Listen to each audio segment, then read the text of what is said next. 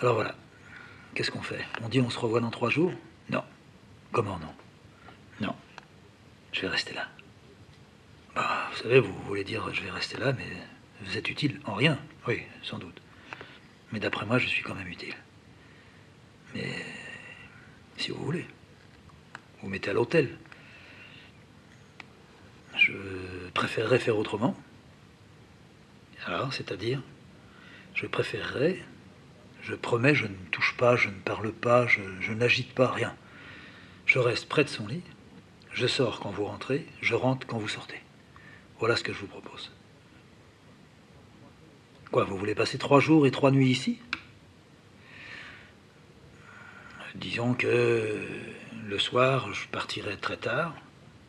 Par exemple, ce soir, je vais partir très tard, 10h30, 11h. Sans doute que vous serez passé à ce moment-là. Ouais, avant la nuit, je passe. Et puis s'il le faut, je remonte. Je suis juste à côté. Alors moi, le matin, de bonne heure, je sais pas, à 7h. Et je me mets à côté d'elle et puis j'attends. Bon, si c'est ce que vous voulez faire. Faut pas la toucher, faut pas l'agiter, faut pas. De toute façon, vous savez, elle voit pas, elle n'entend pas en ce moment. Hein. Mais c'est d'accord. Vous allez vous faire conduire par mademoiselle Bosset. C'est elle l'infirmière major. Très gentille. C'est elle qui vous a reçu. Ouais. Merci. Et vous accepterez que je vous voie 1 fois par jour. Oh, vous pouvez me voir le matin et le soir. Je vous dirai où on en est. Il faut seulement que vous soyez persuadé, on fait le maximum. Le maximum. Et puis si vous voulez, pour le déjeuner avec mademoiselle Bosset, vous vous entendrez, elle vous donnera un plateau, puis vous déjeunerez là. Le soir, vous irez dîner en ville. Et puis vous dormirez là où vous dînerez. Voilà. J'espère que ça va pas durer longtemps, que ce soir je vous dirai ça y est, ça commence à février. À ce moment-là, vous pourrez aller vous reposer. Puis si vous voulez, vous attendrez quand même les 3 jours, mais en partant, vous serez tout à fait tranquille. Oui, oui, c'est ça, c'est comme ça que ça va se passer. Ah, c'est comme ça que ça va se passer, et c'est comme ça que je souhaite que ça se passe, parce que j'ai pas du tout envie d'avoir de problème. Un problème comme ça, c'est... Pour moi, j'aime pas. Je perds pas pour avoir des complications de ce genre. Quand il y en a,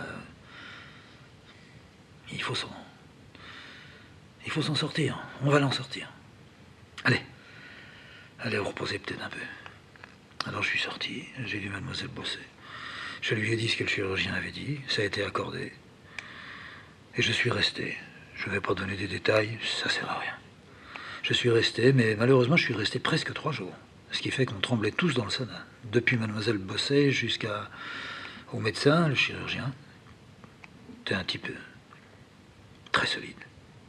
Très bien d'avoir ce type-là à côté de moi. Il faisait le maximum avec elle. Il n'a pas hésité à un moment donné à se mettre une aiguille dans le bras et à faire sa transfusion directe de lui à elle. Ouais. Il trouvait que c'était devenu brusquement très urgent. Et on se croisait dans le couloir, je lui faisais un signe de tête, il faisait un signe de tête, il n'avait rien à me dire. La seule chose qu'il avait à me dire, c'est ça y est, ça marche.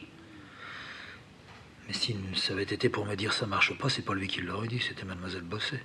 Puis après, je serais allé le voir dans son bureau. Mais je me disais non. Alors ce que je faisais, comment je passais mes journées et une partie de la nuit près d'elle, c'est pas possible que ça arrive, je suis là, j'empêcherai que ça arrive. Je demande qu'on m'écoute, je veux. C'est profond, c'est grand ce que j'ai envie de faire. Il faut qu'on me laisse, tant pis si moi après je crève. Mais cette femme-là, non, c'est non. Je barre la route à ce qui est là. Je barre la route. Et je ne suis pas un type méchant. Et je n'ai jamais été méchant. Mais elle, on peut pas.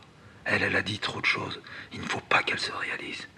Elle n'est pas en train de payer. C'est pas maintenant qu'elle meurt, parce que tous sont morts. Il ne faut pas qu'elle meure. Je demande qu'elle ne meure pas. Je demande de l'aide même. Je demande qu'on accepte. Je donne quelque chose de moi. Je donnerai tout s'il le faut. Elle ne doit pas. Il ne faut pas. Merci. Je sortais, j'allais pisser, j'allais boire de la flotte, je revenais. Et comme ça, tout le temps, tout le temps. J'ai fini, je ne pouvais plus ouvrir la mâchoire, j'avais les genoux raides. J'avais les doigts comme si j'étais un oiseau mort avec ses griffes rentrées. Je faisais qu'une chose, je mettais la main sur la barre blanche du lit, qui était glacée. Mais c'est comme si je la touchais à elle, c'est comme si je faisais passer là-dedans. Je parlais, je disais, Cécile, c'est pas tellement que je suis là, c'est qu'il y a quelque chose qui est bon. Quelque chose qui est bon qui opère aussi. Le chirurgien, il est très très bien. Tout le monde est très très bien. Mais il y a quelque chose en plus. Je suis sûr que tu m'entends, je suis sûr que tu m'entends. Et puis j'allais me foutre la tête dans le lavabo.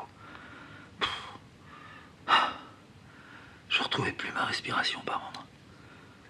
Et puis à chaque fois que je le croisais, puis que l'autre il me disait rien, ou mademoiselle Gosset que je croisais, puis qui tournait la tête de l'autre côté, ou qui me disait n'oubliez pas d'aller manger, monsieur Reims. Il faut pas être fatigué, vous non plus. Ah oui. Ou bien que je les voyais sortir avec leur plateau, puis qu'il y avait du sang dessus. Oh, la merde de merde. Je me précipitais, je rentrais. Je disais, je peux rentrer maintenant? Oui, mais soyez calme. Oui, je suis calme. Et puis je recommençais. Je veux. Personne ne m'emmerdait. Personne ne m'entendait, je parlais à l'intérieur de moi. Et le 3e jour, bien sûr, c'est l'air d'être un conte de fées, mais c'est un conte lituanien, ça. Le 3e jour, il est rentré, avec la radio, là, une radioscopie sur roulette, là. Puis il l'a passé par-dessus le lit, puis regardez, je suis sorti. Puis je me suis dit, maintenant, quand il sort, c'est là qu'il dit quelque chose. Il n'avait jamais desserré les dents. Il est sorti, il m'a dit, venez avec moi dans le bureau. Peut-être que j'aurais pu ou dû me dire, merde, il veut pas le dire dehors, mais ça y est, ça déconne. Mais j'ai pas pensé ça. J'ai dit, c'est bon, je suis sûr que c'est bon. Puis je le regardais marcher un peu devant moi. Il était crevé, ce mec. Il avait passé 3 jours comme moi. Il venait en plein milieu de la nuit, paraît-il. Passer une scopie pour voir si ça remontait. Ouais. Il marchait, il roulait un peu comme ça, les épaules, un type assez fort. Puis il est rentré, hop, il m'a fait un signe comme ça. Rentrez. Non, c'est pas possible, un type vous annonce pas que ça va mal en disant, allez, rentrez. Il dit pas comme ça. Pas vrai. Je me suis assis, il s'est assis. Il a tiré un de ses tiroirs de son bureau en bas. Il a foutu une bouteille sur la table. Et puis 2 verres. Puis il m'a dit, vous fumez, vous? Ouais, bah moi aussi. Un petit cigare? Ouais. J'ai allumé mon cigare, il a allumé son cigare, il a versé de l'alcool. Il m'a dit, c'est pas nécessaire que je vous parle, hein. Non, je crois que j'ai compris. Je prends le train demain matin. Oh, il y a un train de nuit, vous pouvez prendre le train de nuit, puis dormir et être tranquille, hein. Elle fibrille vite, d'un seul coup ça tourne. Elle a attendu jusqu'au dernier moment. Madame Reims est plus résistante que ce qu'on croit. Elle a des ressources, monsieur. Madame Reims va s'en sortir. Elle retournera dans son sana, parce qu'ici on va la garder encore quelques temps, mais c'est seulement la chirurgie. Elle va retourner dans son petit sana en bas, là, disons 15 jours. Bon, ça va être plus difficile à remonter, mais ça y est. Je ne sais pas du tout s'il faut dire on a gagné, mais c'est gagné. Vous avez l'air fatigué, monsieur Reims. Oui, c'est vrai. Je suis fatigué. Il y a des moments où je n'arrive plus à parler. J'ai les mâchoires qui se serrent. Bah, il me dit, bah, moi aussi, puis il n'y avait pas que ça qui se serrait. Hein. Écoutez, on se reverra. On se reverra maintenant parce que je vais revenir la voir de temps en temps. À la fin de l'année, peut-être que je la ramène à Paris. Oh, vous rêvez là, hein. Mais vous la ramènerez à Paris. Ouais. On va encore aller la voir là, 1 seconde là. Hein. Puis, si vous voulez, il y a un train à 11h du soir, dans la nuit. De toute façon, vous savez, elle va pas se réveiller, elle va pas vous reconnaître avant 2-3 jours. Il ne faut plus rester là. Faut me croire, je vous dis que c'est. Alors on est rentrés tous les deux, on l'a vu. Bah, tout là. J'ai seulement dit au chirurgien ce qu'elle a maigri. Il me dit, c'est rien, ça se rattrape très vite, tout ça. Très vite. Vous savez, la vie, c'est quelque chose. Hein. Ouais. Même quand on a dans la tête un peu envie d'en finir. Oh, ça complique un peu, mais... Pourquoi? Vous croyez qu'elle avait ça dans la tête? Non, elle avait peur. Elle avait peur de ça. Elle savait que ça existait comme possibilité, elle avait peur de ça. Mais je pense pas que ça puisse se faire venir. Oh là là, moi je crois pas à ça, m'a dit le chirurgien. Non, mais il est normal qu'elle soit un peu déprimée. Vous savez, c'est déprimant, c'est une maladie qui mange les gens. Mais maintenant, on en sort beaucoup. Elle, on la sort par les cheveux. Et c'est bien. Ça va vous faire une drôle de... Hein, un souvenir, ça, hein. Ça marque, hein. Ouais, moi aussi. J'en ai eu quelques-uns, mais j'en ai heureusement pas tous les jours et même pas tous les mois. Hein. Le dernier, il doit remonter il y a au moins 2 ans. Mais c'est bien. Gagné. Gagné. Monsieur Reims, bon voyage. À bientôt. Je m'occupe d'elle. Elle est bien là. Regardez, elle respire. Bien. Un petit peu court, mais bien. Ça se rétablit là. Ça va vite, vous savez. Ça va vite. Dans 2-3 jours, on aura une analyse bonne. Bonne. Après, nourriture, repos, traitement. Si elle ne nous fait pas une autre complication en cours de route, vous savez, ils peuvent toujours faire une bronchite dans 2 mois, dans 3 mois, puis ça retarde. Mais s'il n'y a pas ça, Madame Reims sera sur pied et elle a conservé ses poumons, c'est quand même important. Il y aura la corvée des insufflations.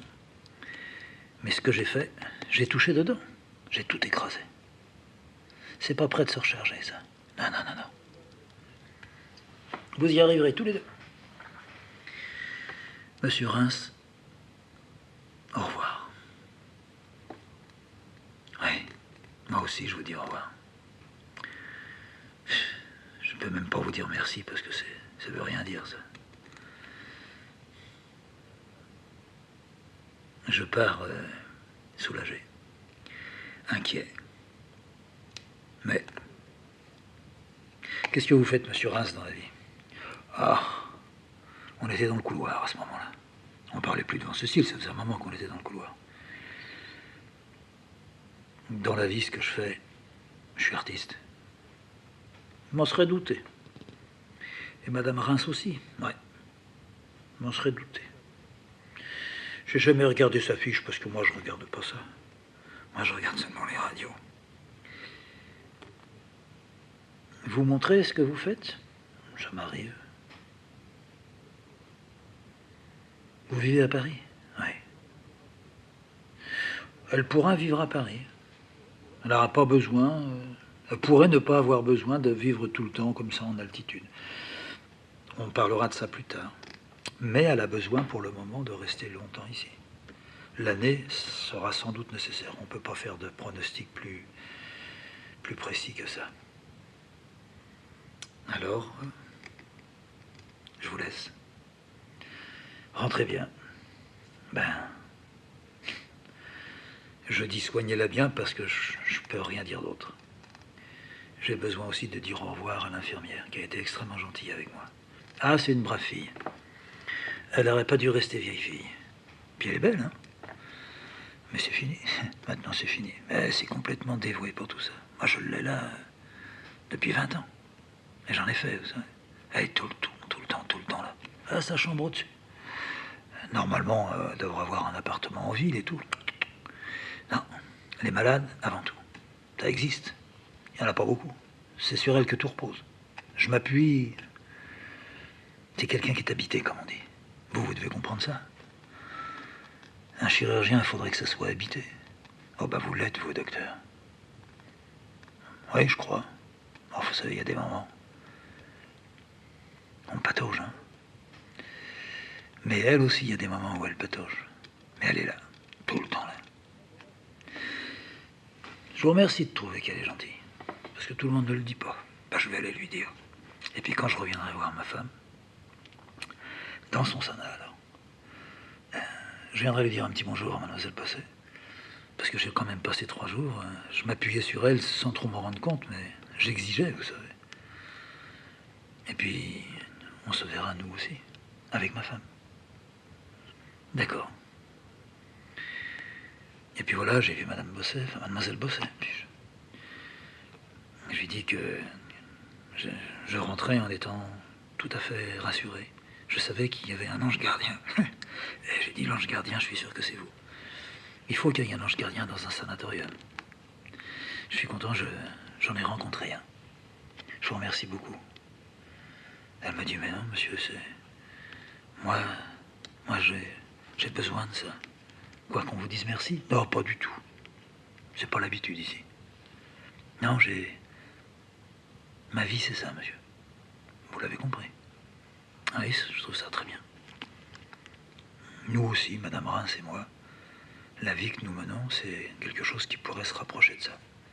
Il s'agit aussi d'une vie, nous. Mais je peux pas vous raconter ça maintenant. Mais c'est pareil. Ce que nous faisons, c'est l'importance de la vie. C'est ça. Nous essayons de conduire quelque chose au milieu de ça, au milieu d'elle. D'une certaine manière, disons que ça charrie du sang. Mais c'est pas vraiment du sang. Voilà, je vous en ai dit assez. Non? Vous devriez m'en dire un tout petit peu plus. Qu'est-ce que vous faites? Vous et Madame Reims? Bon, on ne fait pas exactement la même chose, parce qu'il y a des techniques différentes. Disons, il y a, comme on peut dire qu'il y a un pneumologue et un rhumatologue, mais ils font tous les deux de la médecine. Ben, nous faisons tous les deux quelque chose qui touche à l'intimité des corps et des êtres. Mais qu'est-ce que c'est? Si c'est pas de la médecine, c'est quoi? Ça existe, ça? Oui, mademoiselle. Oui, mademoiselle. C'est selon comment on le fait. Je suis artiste peintre. Et Madame Reims, c'est pareil, elle est artiste. Elle fait autre chose que de la peinture, mais c'est aussi un artiste. Ah, je comprends. Je connais pas, mais je comprends. Ah oui. Ça a des idées différentes des autres, hein, les artistes. Oui, c'est vrai. C'est vrai, mademoiselle. Ça vit différemment. Mais c'est extrêmement sensible à ce qui se passe autour d'eux aussi. Et j'ai été très, très touché par le docteur. Très. Qu'il ait accepté ce que je lui ai demandé et tout. Ah oui, ça, vous pouvez dire que c'est rare parce que, ordinairement, il est plutôt du genre à virer les familles. Oui, bah oui, j'ai un peu senti ça. C'était très, très... Ouais, pour moi, capital. Ouais. Et puis j'ai été aussi très, très heureux de rencontrer quelqu'un comme vous. Vous m'avez beaucoup aidé, mademoiselle. Oh, certainement pas. Mais si, mademoiselle. Mais si. Je me trouvais en confiance et je pouvais être comme j'avais besoin d'être. Vous savez, ça, c'est... Quand j'étais près de ma femme,